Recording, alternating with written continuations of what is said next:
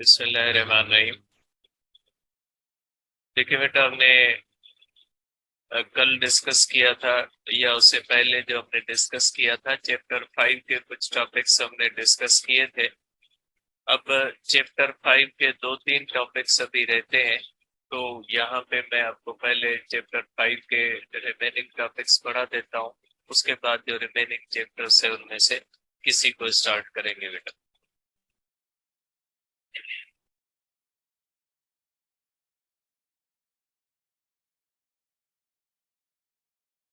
तो चैप्टर 5 के अंदर जो रिमेनिंग टॉपिक्स हैं उनके अंदर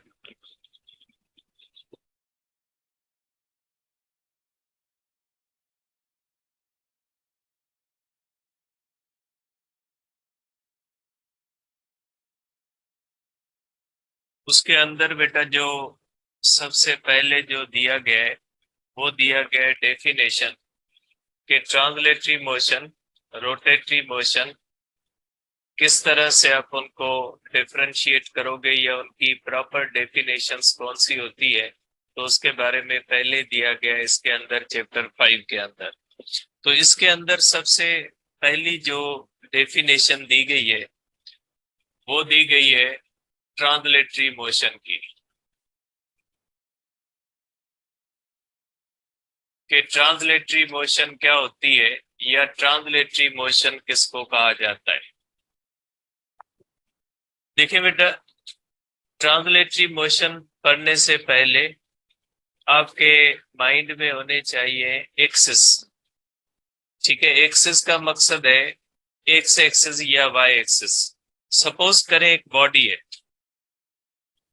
इस तरह से अगर हमारे पास एक बॉडी है, ये एक आप कह लें कि ये एक रिजिड बॉडी है।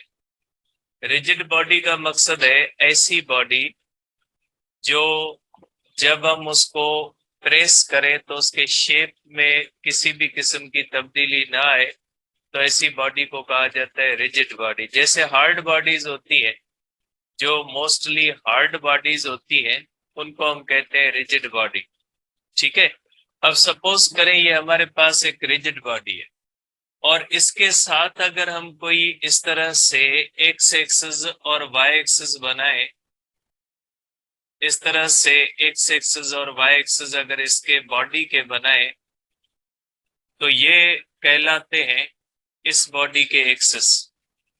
ठीक है, अगर इस बॉडी के ऊपर हम एक्स एक्सिस और वाई एक्सिस बनाए तो इसको हम कहते हैं कि ये एक्सिस ऑफ द बॉडी है।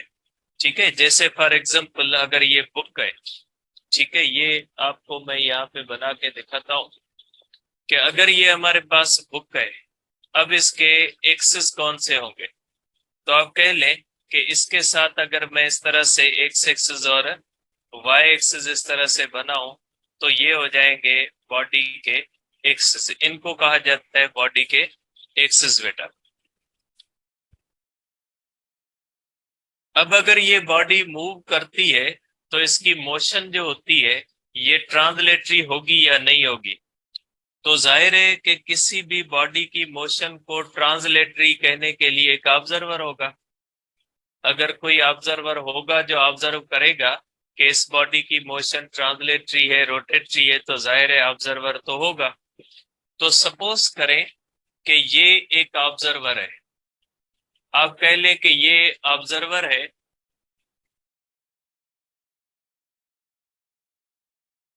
और ये हमारे पास है बेटा ऑब्जेक्ट।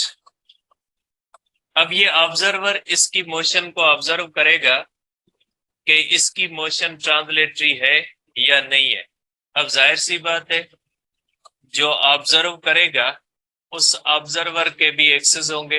ये एक्सिस है ऑब्जर्वर के, ठीक है, ये एक्सिस ऑब्जर्वर के हैं। अब अगर ये बॉडी इस तरह से मूव करती है कि ये बॉडी एक जगह से मूव करके ये इस तरह से मूव करके यहाँ पे आ गई, लेकिन इसके एक्सिस पे कोई भी फर्क नहीं पड़ा इस तरह से, मीन्स यहाँ पे ये एक्स एक्सिस और यहाँ का एक्स एक्सिस एक दूसरे से पैरेलल, यहाँ का वाई एक्सिस और यहाँ का वाई एक्सिस एक दूसरे के पैरेलल। तो कोई भी बॉडी इस तरह से जब मूव करे कि उस बॉडी के एक्सिस हर जगह पे एक्सिस ऑफ द ऑब्जर्वर के साथ पैरेलल रहे, तो बॉडी की ऐसी मोशन को क्या कहा जाता है? बॉडी की ऐसी मोशन को कहा जाता है ट्रांसलेटरी मोशन। आप इस बुक की मोशन को देख ले। सपोज करें ये एक बुक है, ठीक है। आप सपोज करें बेटा ये एक बुक है और ये बुक जो है ये इसके एक्सिस है, ठीक है।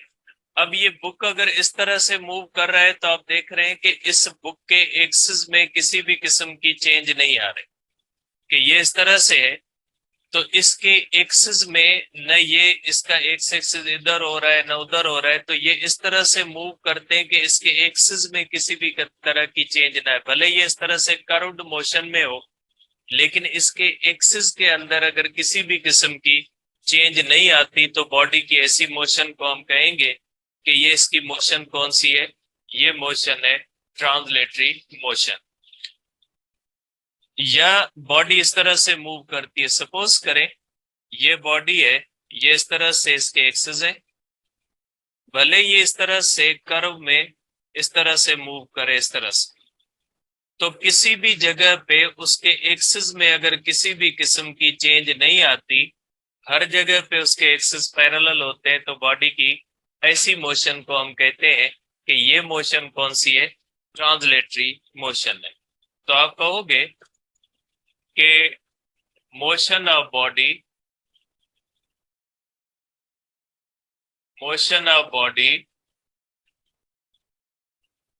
is said to be translatory motion if axis of body remain parallel with axis of observer। ठीक है, किसी भी बॉडी की मोशन को ट्रांसलेटरी मोशन कहा जाएगा जब उस बॉडी के एक्सिस जो हो वो हर जगह पे ऑब्जर्वर के एक्सिस से पैरेलल हो, तो बॉडी की ऐसी मोशन को कहा जाता है कि ये मोशन कौन सी है? ट्रांसलेटरी मोशन है। In translatory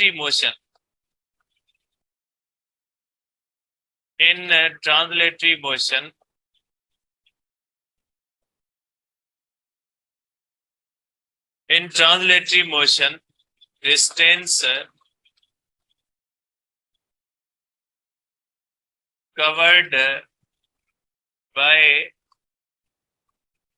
each particle of body is equal to distance of body। ये ऐसी मोशन होती है जिसमें जब बॉडी होती है तो उसके बॉडी के हर पार्टिकल का मकसद है उसके हर एटम या मॉलिक्यूल उतना ही डिस्टेंस तय करते हैं जितना बॉडी डिस्टेंस तय करती है। जैसे फॉर एग्जांपल इस बॉडी को देख ले कि इस बॉडी के अंदर एक आप कह ले पॉइंट ए है और एक आप कह ले पॉइंट बी है। अगर ये बॉडी इस तरह से मूव करती है और ये बॉडी इस तरह से मूव करते हुए, आप कह ले कि ये बॉडी इस तरह से मूव करते हुए अगर डिस्टेंस ये बॉडी तय करती है 10 मीटर, ठीक है, तो ये जो डिस्टेंस होगा ए का जो डिस्टेंस होगा, डिस्टेंस ए का भी 10 मीटर होगा और डिस्टेंस ऑफ द बी भी जो होगा वो 10 मीटर होगा। जितना डिस्टेंस ए करेगी उतना डिस्टेंस बी करेगी और उतना ही डिस्टेंस ये बॉडी करेगी। अगर ये बॉडी 100 मीटर डिस्टेंस तय करती है तो इसका हर एटम मॉलिक्यूल 100 मीटर तय करेगा। अगर ये बॉडी स्ट्रेट लाइन में मूव करती है तो इसका हर पार्टिकल स्ट्रेट लाइन में होगा। अगर ये बॉडी कर्व्ड मोशन में होती है तो हर पार्टिकल कर्व्ड मोशन में होगा। तो ट्रांसलेटरी मोशन के जो पैरामीटर है वो एक है कि किसी भी बॉडी की मोशन को आप ट्रांसलेटरी कब कहोगे? उसका पैरामीटर ये होता है कि किसी भी बॉडी की ऐसी मोशन जिसमें उस बॉडी के साथ जुड़े हुए एक्सिस ऑब्जर्वर के एक्सिस के साथ पैरेलल रहे, तो बॉडी की ऐसी मोशन को कहा जाता है ट्रांसलेटरी मोशन। और जब कोई भी बॉडी ट्रांसलेटरी मोशन में होती है तो जितना डिस्टेंस वो बॉडी तय करती है उतना ही डिस्टेंस उसका हर पार्टिकल करता है। ठीक है। और तीसरी पॉइंट ये होती है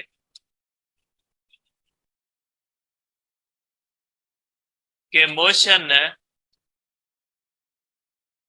ऑफ होल बॉडी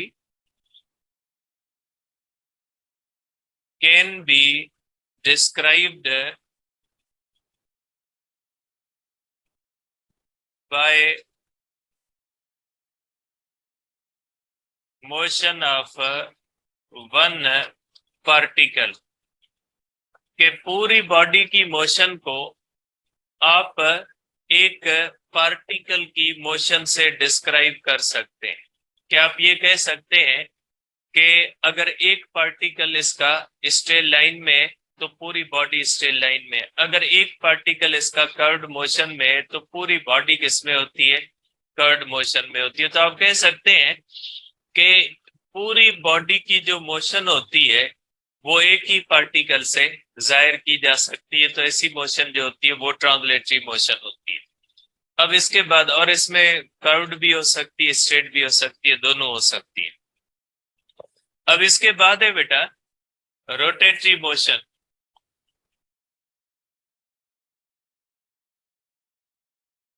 अब ये रोटेटरी मोशन क्या होती है या रोटेटरी मोशन किसको कहा जाता है? देखिए बेटा, रोटेटरी मोशन के अंदर एक होता है एक्सिस ऑफ रोटेशन। अब ये एक्सिस ऑफ रोटेशन क्या होता है बेटा? एक्सिस ऑफ रोटेशन का मकसद है ऐसी लाइन जो सेंटर ऑफ रोटेशन से गुजरे। तो ऐसी लाइन को हम कहते हैं कि ये लाइन एक्सिस ऑफ रोटेशन है।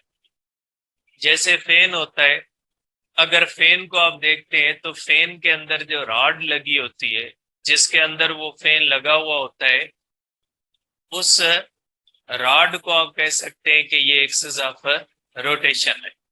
या गाड़ी का व्हील होता है, उसके अंदर उसका गाड़ी का एक्सल लगा होता है, तो वो गाड़ी का जो एक्सल होता है उसको कहा जाता है कि ये गाड़ी का जो एक्सल है ये इसका एक्सिस ऑफ रोटेशन है। तो एक्सिस ऑफ रोटेशन को आप क्या कहोगे बेटा? एक्सिस ऑफ रोटेशन को आप इस तरह से कहोगे, line which passes through center of rotation is called axis of rotation।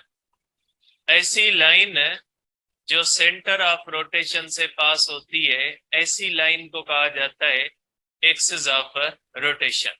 ठीक है। तो एक्सिस ऑफ रोटेशन जो होता है वो ऐसी लाइन होती है, जैसे फॉर एग्जांपल अगर ये हमारे पास कोई सर्कुलर डिस्क है और ये इसका सेंटर है। अब अगर ये पेन मैं यहाँ पे रखूं तो ये पेन इसका एक्सिस ऑफ रोटेशन कहलाएगी, क्योंकि ये पेन एक ऐसी लाइन है जो कहां से गुजरती है?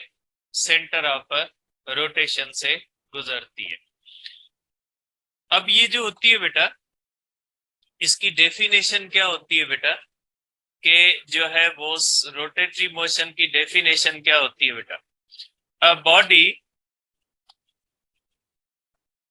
Is said to be in rotational motion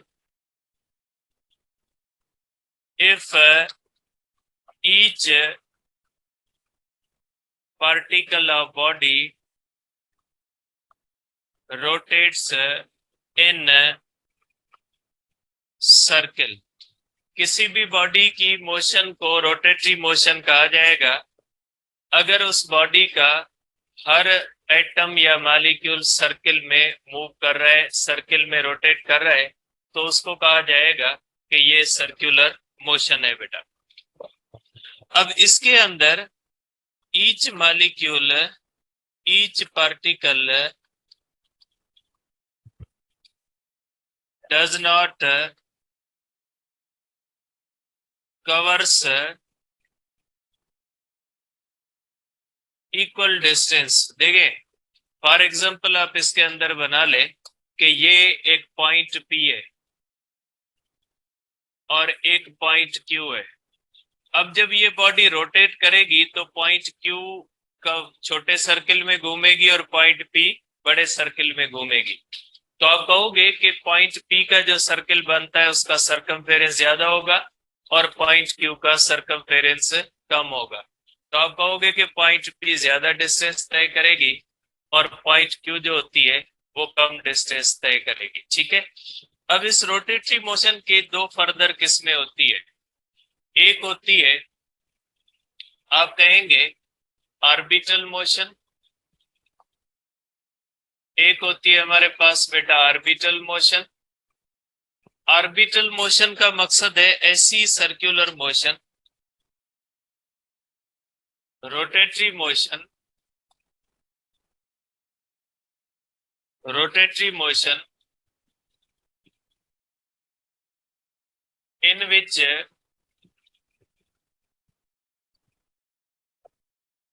which axis of rotation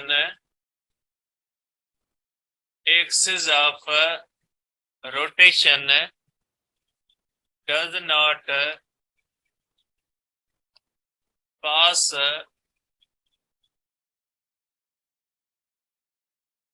through body itself। किसी भी बॉडी की ऐसी मोशन जिसमें एक्सिस ऑफ रोटेशन बॉडी के अंदर से न गुजरे। जैसे मैंने आपका फैन का एग्जांपल दिया, फैन के एक्सिस ऑफ रोटेशन बॉडी में से ही गुजरते हैं और जो व्हील होता है उसके एक्सिस ऑफ रोटेशन व्हील में से ही गुजरते हैं। तो किसी भी बॉडी की ऐसी मोशन जिसमें एक्सिस ऑफ रोटेशन उस बॉडी से खुद से गुजरे तो ऐसी बॉडी को स्पिन मोशन कहा जाता है। और अगर कोई भी ऐसी मोशन जिसमें एक्सिस बॉडी से खुद से न गुजरे, बाहर से गुजरे, जैसे धागा होता है उसको उसके अंदर कोई चीज बांध के आप इस तरह से रोटेट करवाएं तो एक्सिस ऑफ रोटेशन उस बॉडी से खुद से नहीं गुजरते। तो ऐसी मोशन जिसके अंदर एक्सिस ऑफ रोटेशन बॉडी से खुद से ना गुजरे तो ऐसी मोशन को ऑर्बिटल मोशन कहा जाता है। जैसे फॉर एग्जांपल आप इसको इस तरह से बना सकते हैं कि सपोज करें कि आप इसको इस तरह से बनाएं कि ये जो होता है इस तरह से, ये बॉडी यहाँ पे रोटेट कर रही है जबकि इसके एक्सिस ऑफ रोटेशन यहाँ पे, means axis of rotation body से बाहर है। और दूसरी होती है इसके अंदर spin motion.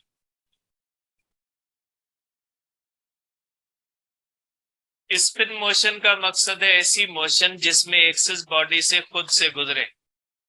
Motion in which axis pass through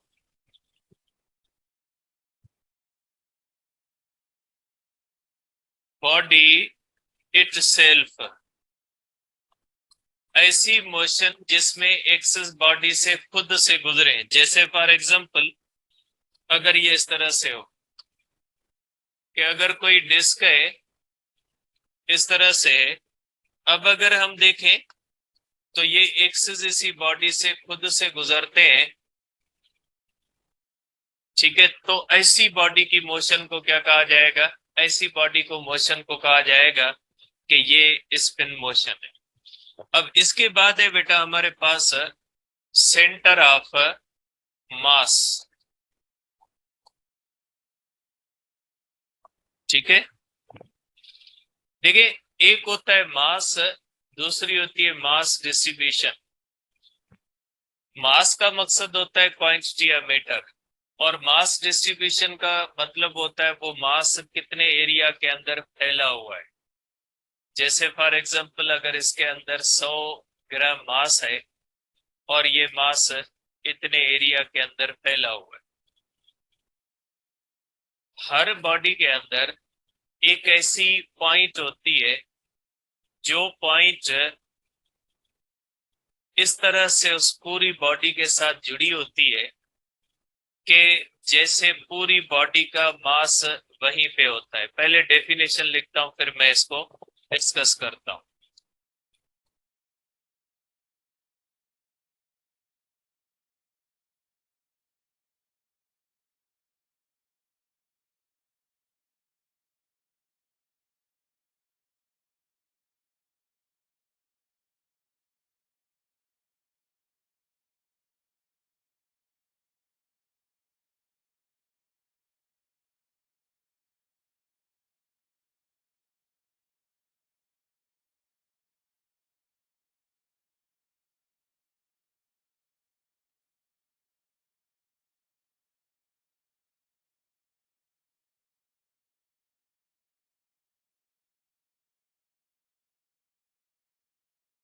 ऐसी पॉइंट जिस पॉइंट्स के साथ ये समझा जाता है कि पूरी बॉडी का जो मास होता है वो उसी पॉइंट से जुड़ा होता है, तो ऐसी पॉइंट को क्या कहा जाता है? ऐसी पॉइंट को कहा जाता है सेंटर ऑफ मास। आप कह सकते हैं ऐसी पॉइंट जिस पॉइंट के बारे में हम ये समझे कि पूरी बॉडी का मास जो होता है वो जैसे उस एक पॉइंट के साथ जुड़ा हुआ है, तो ऐसी पॉइंट को हम कहते हैं सेंटर ऑफ मास। जैसे फॉर एग्जांपल, हमारे पास एक बॉडी है बेटा, इस तरह से। ये हमारे पास बेटा एक बॉडी है। अगर ये बॉडी रेगुलर शेप्ड है, ये रेगुलर शेप्ड है और इसकी यूनिफॉर्म डेंसिटी है। अगर ये रेगुलर शेप्ड है, यूनिफॉर्म डेंसिटी है, तो इसका जो सेंटर होता है ये वाला, इसको हम सेंटर ऑफ मास कहते हैं। ठीक है। ये अगर आप इसके ऊपर फोर्स लगाओगे ना, तो ये बॉडी जो होगी वो प्योरली ट्रांसलेटरी लीनियर मोशन में होगी। ये एक ऐसी पॉइंट है जिस पॉइंट से जैसे ये पूरी बॉडी का मास उस पॉइंट पे नहीं होता, जैसे पूरी बॉडी का मास उस एक पॉइंट के साथ जुड़ा हुआ है। जो बिहेवियर उस एक पॉइंट का होगा वही बिहेवियर किसका होगा? पूरी बॉडी का होगा। तो आप कहेंगे ये एक ऐसी पॉइंट होती है जिस पॉइंट के बारे में हम ये समझते हैं कि जैसे पूरी बॉडी का जो मास होता है वो उस एक पॉइंट के साथ जुड़ा होता है। जो बिहेवियर उस पॉइंट का होता है वो पूरी बॉडी का होता है। अगर ये पॉइंट लीनियर मोशन में होगी, पूरी बॉडी लीनियर मोशन में होगी। अगर ये पॉइंट रोटेटरी मोशन में होगी, पूरी बॉडी रोटेटरी मोशन में होगी। अगर ये कर्व्ड मोशन में होगी तो पूरी बॉडी कर्व्ड मोशन में होगी। तो बॉडी का मास फैला हुआ होता है, लेकिन उस फैले हुए मास के होते हुए भी उसमें एक ऐसी पॉइंट होती है जिस पॉइंट के साथ पूरी बॉडी का मास जुड़ा हुआ होता है, तो उसको कहा जाता है सेंटर ऑफ मास। तो आप कहोगे कि when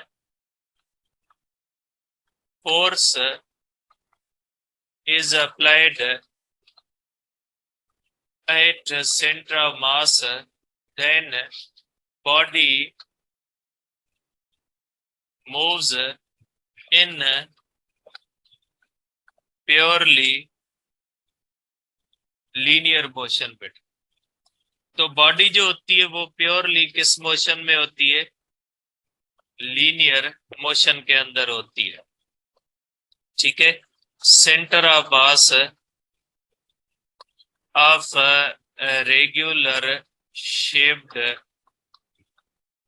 body having a uniform density is at geometrical centre of body. ठीक है। और अगर किसी के अंदर नॉन यूनिफॉर्म है, सपोज करें इस तरह से एक बॉडी है जिसकी एक साइड पे मास ज्यादा है और एक साइड पे मास कम है। ठीक है। या ये आप कह लें कि ये एक बॉडी है, आप ये कह लें कि ये एक बॉडी है जिसकी एक साइड पे मास ज्यादा है और दूसरी साइड पे मास कम है। तो सेंटर ऑफ मास हमेशा उस साइड पे होगा जिस साइड पे मास ज्यादा होता है। ठीक है। जैसे अगर कोई स्फीयर है, वो इस तरह से पानी से भरा हुआ है, ठीक है, तो ये सेंटर ऑफ मास इसका सेंटर होगा। लेकिन अगर कोई स्फीयर है वो आधा पानी से भरा हुआ है, तो आपको पता है कि आधे हिस्से में एयर होगी, आधे हिस्से में पानी होगा, तो सेंटर ऑफ मास किस तरफ होगा? जिस तरफ पानी होता है। तो सेंटर ऑफ मास एक जगह पे नहीं होता, सेंटर ऑफ मास शिफ्ट लेता रहता है। ठीक है। जैसे पानी होता है स्फीयर के अंदर, तो ये पानी अगर पूरे के अंदर भरा है तो उसका सेंटर है, लेकिन अगर उसमें से पानी आप निकालेंगे और ये आधा पानी होगा और आधी एयर होगी, तो ये जो सेंटर ऑफ मास होगा ये किस साइड पे होगा? ये पानी की साइड पे होगा। तो सेंटर ऑफ मास इस तरह से शिफ्ट कर लेता रहता है। आप कह सकते हैं कि जो पूरी बॉडी होती है उसका मास तो एक एरिया के अंदर डिस्ट्रीब्यूटेड होता है, लेकिन उसके मास के डिस्ट्रीब्यूट होते हुए भी उस पूरी बॉडी के अंदर एक ऐसी पॉइंट होती है जो उस पूरी बॉडी के मास का बिहेवियर तय करती है। पूरा मास उस पॉइंट पे नहीं होता, ये पॉइंट ऐसी जगह पे भी होती है जहां पे मास भी नहीं होता। जैसे फॉर एग्जांपल अगर एक रिंग है, तो रिंग का सेंटर ऑफ मास वहां पे होता है जहां पे मास ही नहीं होता। उसका सेंटर जो होता है, रिंग का सेंटर होता है, वहां पे मास ही नहीं होता। तो ये कोई ऐसी पॉइंट नहीं है जहां पे मास हो, ये एक ऐसी पॉइंट होती है जहां जिस पॉइंट पे पूरी बॉडी का मास जुड़ा हुआ होता है। अगर सिस्टम ऑफ बॉडीज है, ये चार मासेस है, इनका अगर आप सेंटर ऑफ मास करोगे तो इनका सेंटर ऑफ मास भी ऐसी पॉइंट पे होगा। जैसे चार पाई होती है, उसके चार पाए होते हैं, उसका सेंटर ऑफ मास भी ऐसी जगह पे होता है जहां पे मास ही नहीं होता।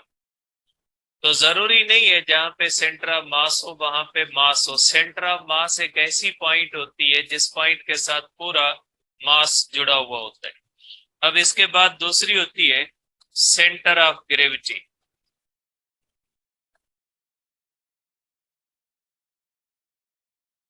ठीक है। सेंटर ऑफ ग्रेविटी का मकसद होता है ऐसी पॉइंट जहां पे पूरा वेट एक्ट कर रहा होता है। ठीक है। Point at which whole gravity is thought to be acting। ऐसी पॉइंट जिस पॉइंट पे बॉडी का वेट एक्ट कर रहा होता है।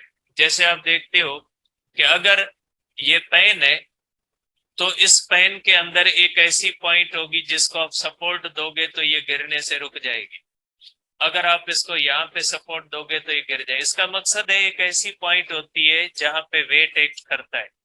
अगर उस पॉइंट को आप सपोर्ट दे दोगे तो आप वेट को सपोर्ट कर सकते हो। उसको क्या कहा जाता है? Centre of gravity.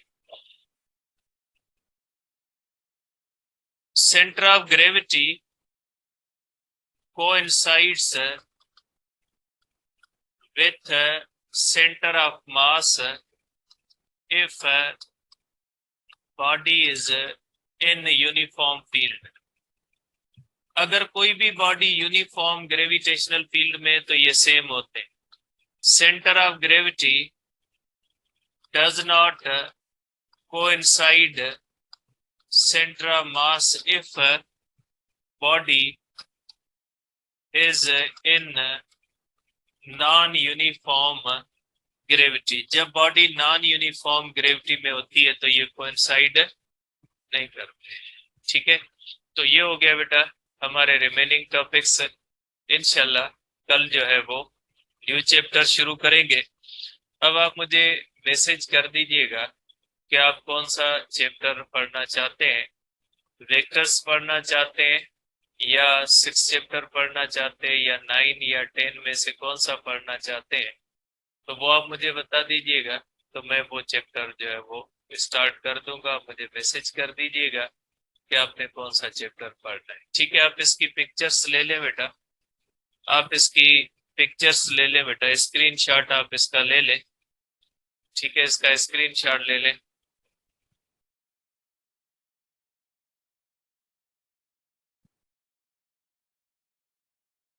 ठीक है, जिस चैप्टर के बारे में ज्यादा मैसेजेस होंगे हम उस चैप्टर को स्टार्ट करेंगे। ठीक है, सेकंड चैप्टर है वेक्टर्स वाला, 6 चैप्टर है, या 9 तो आधा हमारा पढ़ा हुआ है, 10 चैप्टर है, जो भी आप कहेंगे वो पढ़ा।